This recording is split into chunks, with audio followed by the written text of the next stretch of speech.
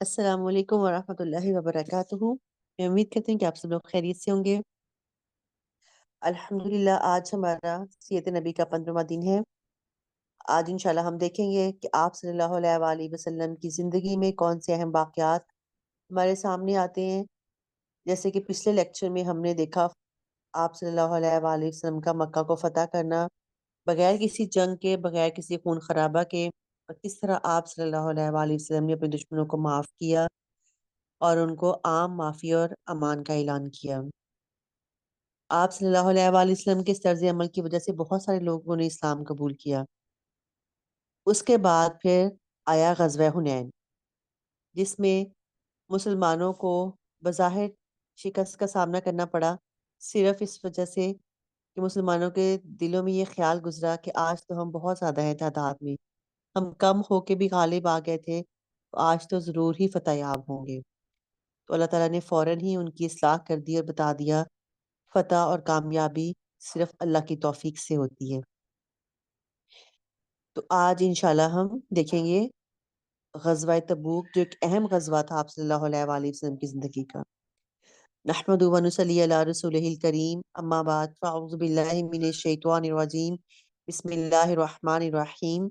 رب اشرح لی صدری ویسر لی امری واحلل عقدۃ من لسانی یفقہوا قولی رب زدنی علما اللہم فقہنا فی الدین اللہم اخلصنا لوجہک الکریم آمین یا رب العالمین۔ غزوہ تبوک رجب 9 ہجری۔ مارکہ موتا کا اثر رومی قوت کے حق میں اچھا نہ تھا۔ صرف 3000 مسلمانوں نے 2 لاکھ رومی فوجیوں کی طاقت کو دبانے میں جو کامیابی حاصل کی تھی، اس کا شام کے پڑوسی عرب قبائل پر بڑا زبردست اثر ہوا، اور اب یہ قبائل آزادی و خود مختاری کے خواب دیکھ رہے تھے۔ لہٰذا رومیوں نے ایک فیصلہ کن جنگ کی ضرورت محسوس کی، جس میں وہ مسلمانوں کو ان کے اپنے گھر مدینہ منورہ کے اندر ہی ختم کر کے رکھ دیں۔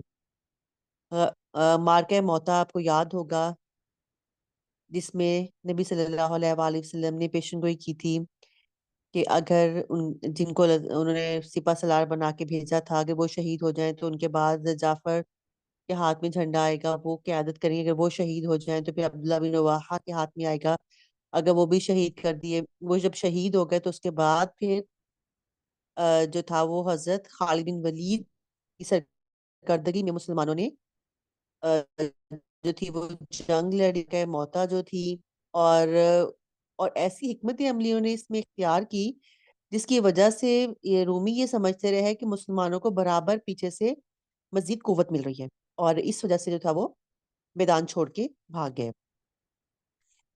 رومیوں کو ٹکراؤ کے لیے مسلمانوں کی تیاری۔ ادھر رسول اللہ صلی اللہ علیہ وآلہ وسلم کو ان کی تیاری کا علم ہوا تو آپ نے ہر جگہ مسلمانوں کو نکلنے کی منادی کرائی، اور غزوے کی سمت کا بھی واضح طور پہ اعلان فرمایا، کیونکہ پہلے آپ صلی اللہ علیہ وآلہ وسلم جب بھی جاتے تھے تو بتاتے نہیں تھے کہ ہمیں کدھر جانا ہے، لیکن اس دفعہ بتا دیا گیا تھا کہ کہاں جانا ہے، تاکہ لوگ مکمل تیاری کر لیں، کیونکہ زمانہ سخت گرمی کا تھا، سفر بہت لمبا تھا، لوگ تنگی اور قحط سے دوچار تھے، پھل پک چکے تھے، سائے خوشگوار لگ رہے تھے، اور لوگ اس میں قیام پسند کر رہے تھے۔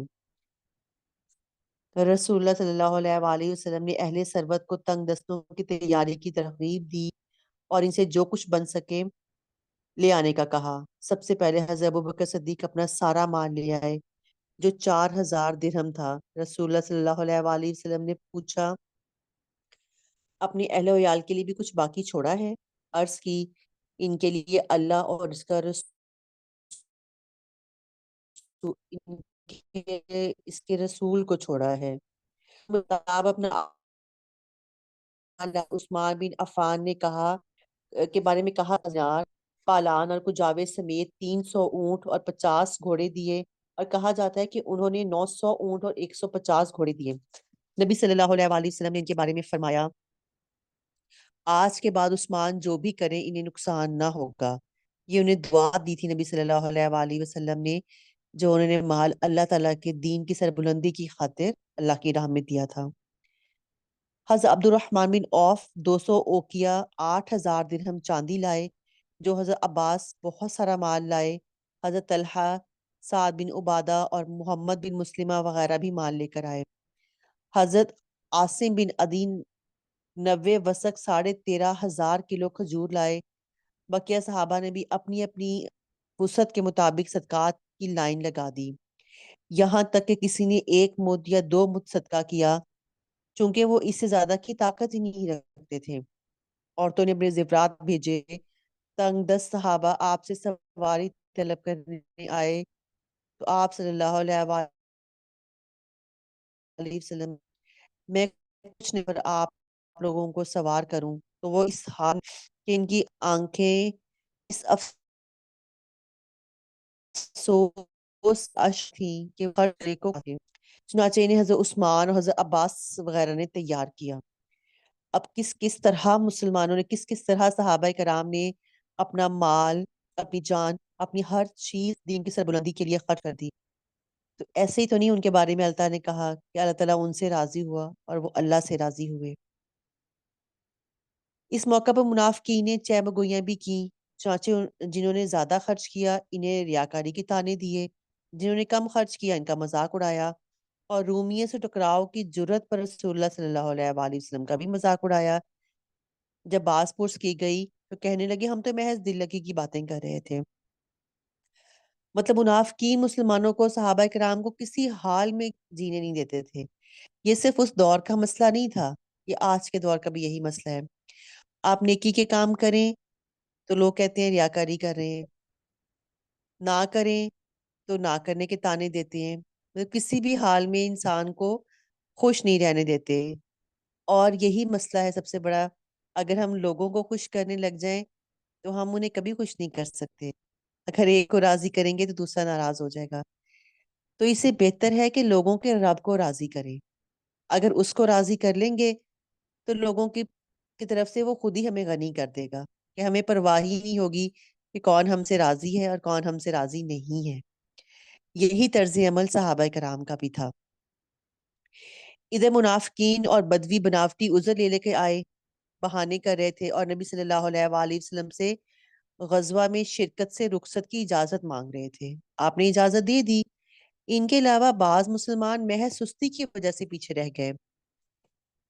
اس تیاری کے بعد رسول اللہ صلی اللہ علیہ وآلہ وسلم نے مدینے کا انتظام محمد بن مسلمہ کو سونپا، بال بچوں پر علی بن ابو طالب کو مقرر کیا، لشکر کا سب سے بڑا پرچم حضرت ابوبکر صدیق کو دیا، اور کئی لوگوں کو جھنڈے عطا فرمائے۔ مہاجرین کا جھنڈا حضرت زبیر کو دیا، اوس کا جھنڈا حضرت اسید بن حزیر کو دیا، اور خزرج کا جھنڈا خباب بن منظر کو دیا۔ جمعرات کے دن مدینے سے کوچ فرمایا، کیونکہ آپ صلی اللہ علیہ وآلہ وسلم جمعرات کو سفر کرنا پسند کرتے تھے۔ آپ کے ساتھ 30,000 کا لشکر تھا اور منزل مقصود تبوک تھی۔ سواری اور توشے کی سخت قلت تھی۔ 18 آدمی ایک ہی اونٹ پر باری باری سوار ہوتے تھے۔ لوگوں نے درختوں کے پتھاں تک کے اونٹ ذبح کرنے پر مجبور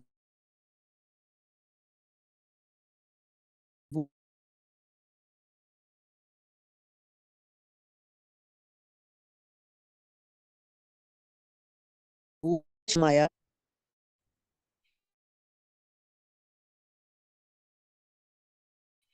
کیا تم اس بات پہ ہارون کو تھی؟ البتہ میرے بعد کوئی نبی نہیں ہوگا کہ جب موسیٰ بھی تو کوہ طور پہ گئے تو اپنے پیچھے حضرت ہارون کو اپنی قوم میں چھوڑ کے گئے تھے ان کی نگہبانی کے لیے۔ اسی طرح نبی صلی اللہ علیہ وآلہ وسلم بھی علی کو نہ چھوڑ کے، اب کرام رسول اللہ صلی اللہ علیہ وآلہ وسلم کے ساتھ سمود کی سرزمین ہجر میں اترے۔ اس کے کنویں سے پانی لیا اور آٹا گوندا۔ آپ نے حکم دیا کہ ان کے کنویں سے لیا ہوا پانی بہا دیں، گوندا ہوا آٹا جانوروں کو کھلا دیں، اور صرف اس کنویں سے پانی لیں جسے حضرت صالح کی اونٹنی پانی پیا کرتی تھی۔ اور جب آپ سمود کے اس علاقے سے گزرے تو آپ نے بھی یہ بھی فرمایا، ان ظالموں کی جائے سکونت میں گریا کنا داخل ہو، مبادہ تم پہ بھی وہی مصیبت نہ آن پڑے جو ان پر آئی تھی۔ سمود حضرت صالح علیہ السلام کی قوم تھی، اور یہ پتھروں میں گھر تراشا کرتے تھے اور وہاں رہا کرتے تھے، اور انہوں نے اللہ تعالیٰ سے معجزہ مانگا رسول کے ذریعے، جو معجزہ ان کو دکھایا گیا، لیکن اس کے باوجود یہ قوم ایمان لے کر نہیں آئی، اور وہ ایک اونٹنی کا جو تھا وہ معجزہ انہوں نے طلب کیا تھا، اور اس اونٹنی کو پھر انہوں نے مار ڈالا، جس کی سزا ان لوگوں کو ملی، ان کے اوپر عذاب آیا۔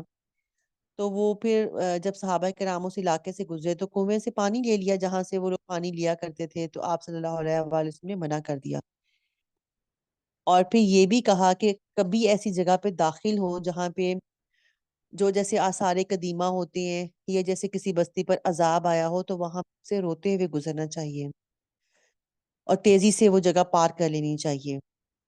یہ جگہیں جو ہوتی ہیں یہ پکنک سپاٹس نہیں ہوتے، یہ عبرت کی جگہ ہوتی ہیں۔ پھر اپنا سر ڈھانپا اور تیزی سے چل کر وادی پار کر گئے۔ راستے میں رسول اللہ صلی اللہ علیہ وآلہ وسلم نے ظہر اور عصر کی نمازیں، مغرب اور عشاء کی نمازیں اکٹھی پڑھتے تھے، جمع تقدیم بھی فرماتے اور جمع تاخیر بھی۔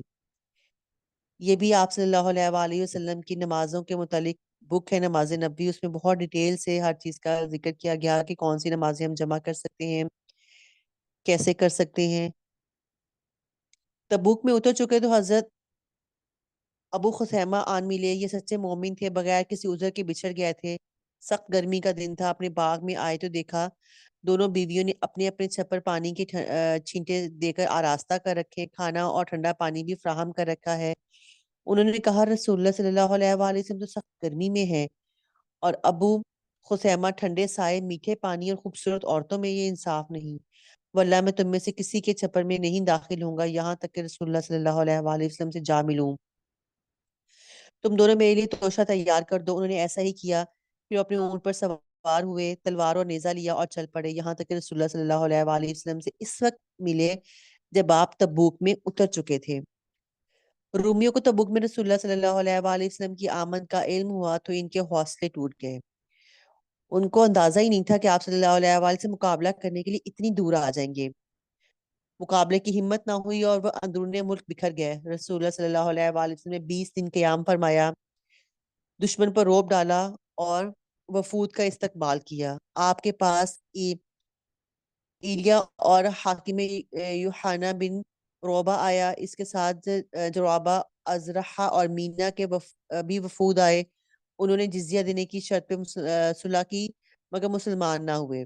رسول اللہ صلی اللہ علیہ وآلہ وسلم نے یوحنا کو ایک تحریر دی جس میں اسے اور باشندگان نے ایلیا کو امان دی اور ان کی کشتیوں اور قافلوں کو سمندر اور خشکی میں ضمانت دی اور آمد و رفت کی آزادی عطا فرمائی، اور یہ کہ کسی نے کوئی گڑبڑ کی تو اس کا مال اور اس کی جان کے آڑے نہ آ سکے گا۔ اسی طرح آپ صلی اللہ علیہ وآلہ وسلم نے ایک تحریر دوسرے علاقے کے باشندوں کے لیے لکھی جس میں ان کو امان دی۔ اس کے بعد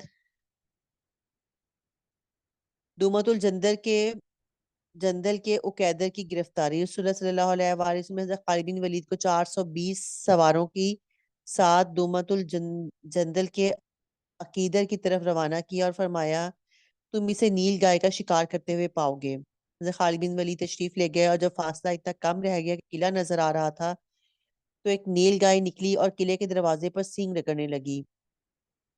عقیدر اس کے شکار کو نکلا مگر خالد نے خود عقیدر کو شکار کر لیا اور اسے گرفتار کر کے نبی صلی اللہ علیہ وآلہ وسلم کی خدمت میں پیش کیا۔ آپ نے جان بخشی فرمائی اور 2000 اونٹ، 800 غلام، 400 زرہیں اور 400 نیزوں پر صلح فرمائی۔ پھر مدینے کو واپسی، 20 دن کے بعد رسول اللہ صلی اللہ علیہ وآلہ وسلم نے مدینہ واپسی کی راہ لی، راستے میں آتے جاتے 30 دن لگے۔ اس طرح رسول اللہ صلی اللہ علیہ وآلہ وسلم کل 50 دن مدینے سے باہر رہے۔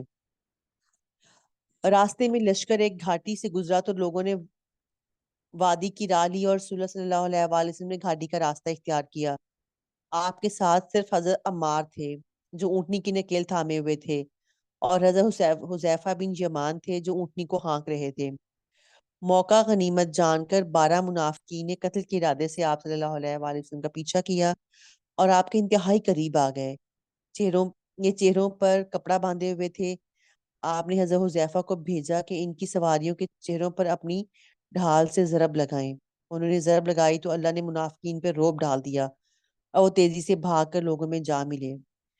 رسول اللہ صلی اللہ علیہ وآلہ وسلم نے حضرت حذیفہ کو ان کے نام بھی بتلائے اور ان کا ارادہ بھی۔ چنانچہ انہیں رسول اللہ صلی اللہ علیہ وآلہ وسلم کا رازدان بھی کہا جانے لگا۔ منافقین ضرر رسانی، کفر، مومنین میں تفریق اور اللہ اور اس کے رسول سے جنگ کرنے والوں کو گھات کی جگہ فراہم کرنے کے لیے قبا میں ایک مسجد بنائی تھی، اور رسول اللہ صلی اللہ علیہ وآلہ وسلم سے گزارش کی تھی کہ آپ اس مسجد میں ان کے لیے نماز پڑھ دیں۔ اس وقت آپ تبوک کے لیے تیار ہو رہے تھے اور آپ نے فرمایا ابھی تو ہم سفر پر ہیں، البتہ واپس آئے تو انشاءاللہ۔ لیکن جب آپ تبوک سے واپسی میں ضیاوان میں اترے اور مدینہ ایک دن یا اس سے کم وقت کے فاصلے پر رہ گیا تو حضرت جبریل علیہ السلام نے نازل ہو کر مسجد کی اصل حقیقت بتائی اور نماز پڑھنے سے منع کیا۔ چنانچہ رسول اللہ صلی اللہ علیہ وآلہ وسلم نے آدمی بھیج کر اس کو جلا کر مسجد کو گرا دیا کہ یہ مسجد جو تھی یہ منافقین نے بنائی تھی اور ان کا مقصد مسلمانوں میں تفریق ڈالنا، کفر کے لیے اور اللہ اور اس کے رسول سے جنگ کرنے والوں کو ایک پناہ گاہ مہیا کرنے کے لیے انہوں نے یہ کام کیا تھا۔ اسی لیے جب جبریل علیہ السلام نے آ کے آپ صلی اللہ علیہ وآلہ وسلم کو بتایا تو آپ صلی اللہ علیہ وآلہ وسلم نے اس مسجد کو گرانے کا حکم دیا۔ جب مدینے کے آثار دکھائی دینے لگے تو نبی صلی اللہ علیہ وآلہ وسلم نے فرمایا یہ رہا توبہ اور یہ رہا احد، یہ وہ پہاڑ ہیں جو ہم سے محبت کرتے ہیں اور جس سے ہم محبت کرتے ہیں۔ ادھر لوگوں نے آپ کی آمد کی خبر سنی تو استقبال کے لیے عورتیں، بچے اور بچیاں نکل پڑیں۔ آپ صلی اللہ علیہ وآلہ وسلم تشریف لائے، مسجد میں داخل ہوئے، 2 رکعت نماز پڑھی اور لوگوں سے ملنے کے لیے بیٹھ گئے۔ آپ صلی اللہ علیہ وآلہ وسلم کا طریقہ کامیابی اور فتح ملنے پر اللہ کا شکر ادا کرنا، نفل نماز ادا کرنا، جیسے ہم نے فتح مکہ کے موقع پہ بھی دیکھا کہ آپ صلی اللہ علیہ وآلہ وسلم نے 8 رکعت نماز ادا کی تھی۔ مخلفین جو منافقین پیچھے رہ گئے تھے انہوں نے آ کے معذرت کی اور قسمیں کھائیں۔ ان کے بارے میں ڈیٹیل سے غزوہ تبوک کے بارے میں سورہ توبہ میں اللہ تعالیٰ نے بتایا ہے۔ آپ نے ان کا ظاہر قبول کر لیا اور باطن اللہ کے حوالے کر دیا۔ 3 سچے مومن بھی تھے جو پیچھے رہ گئے تھے اور یہ تھے کعب بن مالک، مرارہ بن ربی اور بلال بن امیہ۔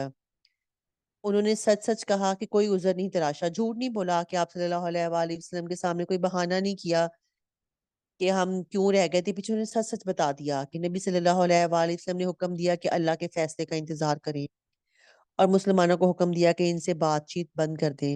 چنانچہ ان لوگوں کے لیے لوگ بدل گئے، زمین انجانی ہو گئی، وہ اپنے آپ سے تنگ آ گئے اور دنیا اندھیر ہو گئی۔ 40 دن گزرے تو آپ مزید حکم آیا کہ اپنی عورتوں کے بھی قریب نہ جائیں۔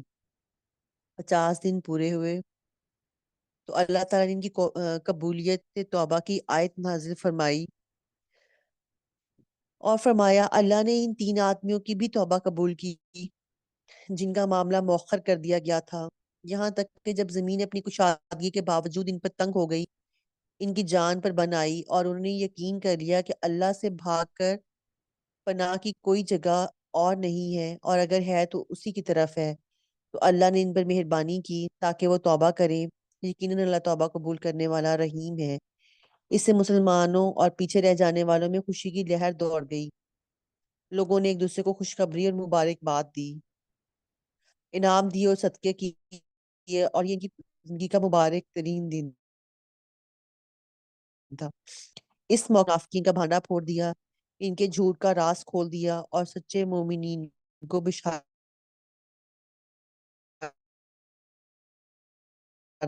دی۔ بس سب تعریف رسول اللہ صلی اللہ علیہ وآلہ وسلم رجب سن 9 ہجری میں تبوک سے واپس ہوئے۔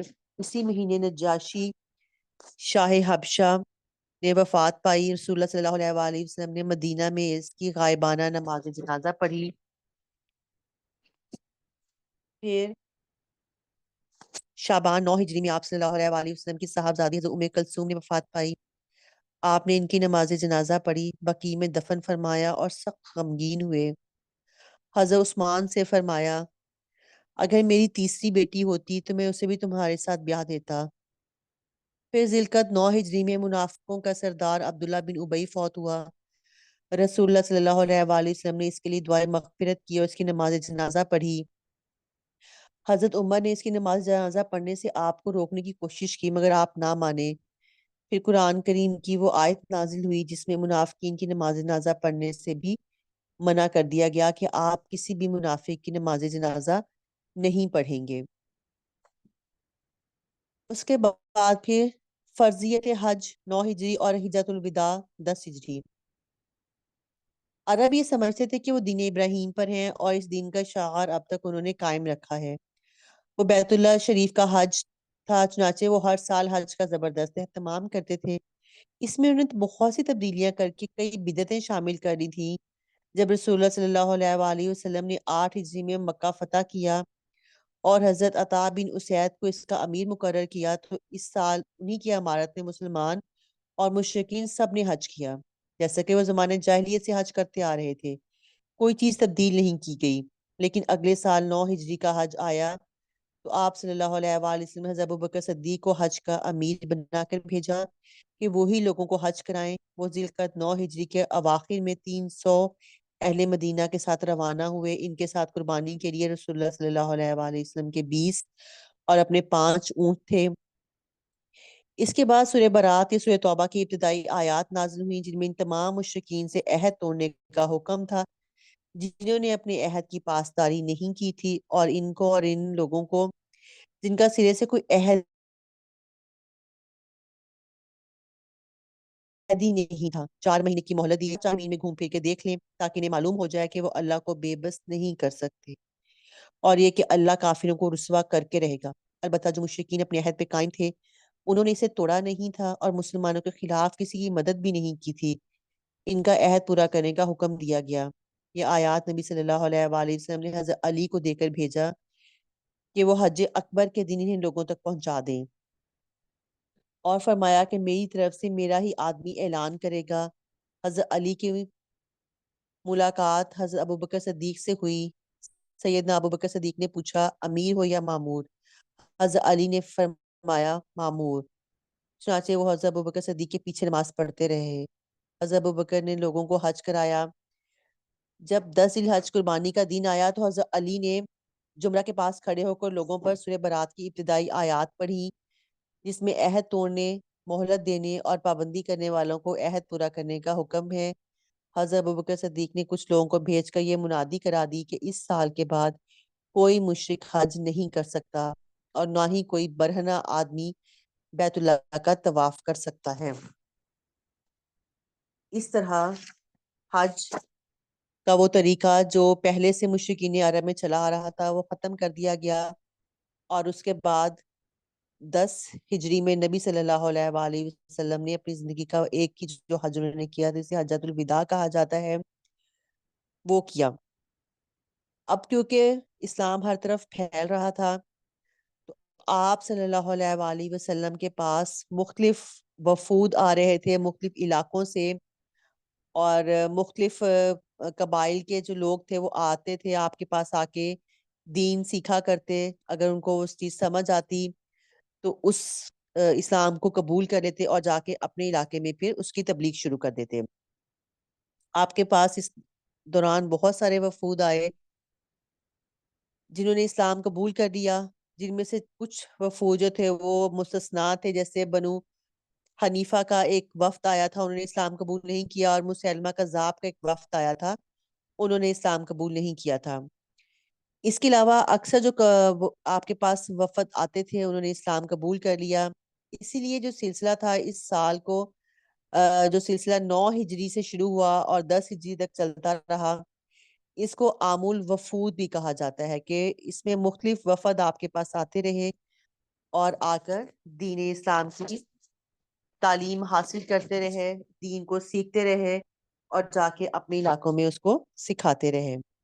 جس میں جو اہم وفود تھے وہ قبیلہ عبد القیس کا وفد تھا۔ اس کے بعد سعد بن بکر کے رئیس زمامہ بن سالبہ کی آمد تھی۔ عزرا اور بلا کا وفد تھا۔ بنو اسد بن خزیمہ کا وفد آیا۔ پھر تجیب کا وفد تھا۔ بنی فزارہ کا وفد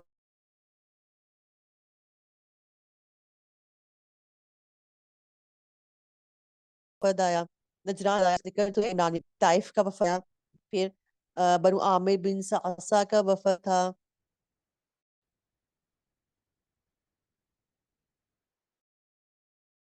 تو یہ مختلف وفود تھے جو آپ صلی اللہ علیہ وسلم کے پاس آئے، جن میں سے کچھ وہ اسلام قبول کر لیا، اور کچھ لوگ جو ہوتے ہیں پھر جنہوں نے اسلام قبول نہیں کیا انہوں نے پھر جزیہ دے کر امان طلب کر لی اور اپنے ہی دین پر وہ قائم رہے۔ اسی طرح آپ صلی اللہ علیہ وآلہ وسلم کی زندگی میں ہی کچھ لوگوں نے جو تھا وہ نبوت کا اعلان کر دیا، جس میں ایک اسود انسی شخص تھا، اس نے اعلان کیا تھا یمن میں امان اور اسلام کی تکمیل ہو چکی تھی اور رسول اللہ صلی اللہ علیہ وآلہ وسلم کے اعمال موجود تھے کہ اچانک کہف حنان نامی شہر میں 700 جنگجوؤں کے ساتھ اسود انسی ظاہر ہوا۔ وہ اپنی نبوت اور حکومت کا دعوے دار تھا، اس نے آگے بڑھ کر صنعاء پر قبضہ کر لیا، پھر اس کا معاملہ مزید سنگین ہو گیا، اس کا فتنہ سخت اور اس کی حکومت طاقتور ہو گئی، یہاں تک کہ رسول اللہ صلی اللہ علیہ وآلہ وسلم کے اعمال اشر بین کے علاقے میں سمٹ ڈالا، مسلمانوں نے اس کے ساتھ مصلحت سے کام لیا۔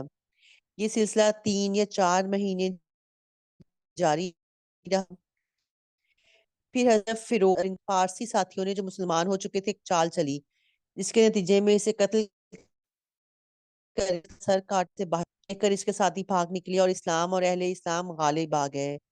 رسول اللہ صلی اللہ علیہ وآلہ وسلم کے مقرر کیے ہوئے اعمال اپنے اپنے کاموں پہ واپس آ گئے، اور آپ صلی اللہ علیہ وآلہ وسلم کو اس کی اطلاع لکھ بھیجی۔ اسود انسی کے قتل کا واقعہ نبی صلی اللہ علیہ وآلہ وسلم کی وفات سے صرف 1 دن اور 1 رات پہلے پیش آیا تھا۔ اس کے متعلق آپ کے پاس وحی آئی اور آپ نے صحابہ کو اس کی اطلاع دی، پھر حضرت ابوبکر صدیق کے زمانے میں خط بھی آ گیا اس کے بارے میں کہ اس کو قتل کر دیا گیا ہے۔ اب انشاءاللہ کل ہم دیکھیں گے حجۃ الوداع، جو آپ صلی اللہ علیہ وآلہ وسلم نے ایک ہی حج کیا تھا، اس کی ڈیٹیل انشاءاللہ کل ہم دیکھیں گے، اور خطبہ حجۃ الوداع کے بارے میں آپ نے اکثر پڑھا ہوگا، اس کو بھی انشاءاللہ ہم کل دیکھیں گے، اور پھر اس کے بعد آپ صلی اللہ علیہ وآلہ وسلم کی بیماری، اور پھر اس کے بعد آپ صلی اللہ علیہ وآلہ وسلم کا وصال، اور آپ صلی اللہ علیہ وآلہ وسلم کا اس دنیا سے چلے جانا، اس کے بارے میں انشاءاللہ ہم دیکھیں گے۔ اللہ تعالیٰ سے دعا ہے کہ جو کچھ بھی ہم نے آج پڑھا سیکھا اس پہ اللہ تعالیٰ ہمیں عمل کرنے کی توفیق دے، نبی صلی اللہ علیہ وآلہ وسلم کی سیرت پہ اللہ تعالیٰ ہمیں عمل کرنے کی توفیق دے، آپ کی محبت کا حق ادا کرنے کی توفیق دے، کہ ہم اس دین کو مزید آگے پھیلا سکیں اور لوگوں تک لے کے جا سکیں۔ آمین یا رب العالمین۔ ربنا تقبل منا انک انت السمیع العلیم وتب علینا انک انت التواب الرحیم۔ سبحانک اللہم وبحمدک اشہد ان لا الہ الا انت استغفرک واتوب الیک۔ السلام علیکم ورحمۃ اللہ وبرکاتہ۔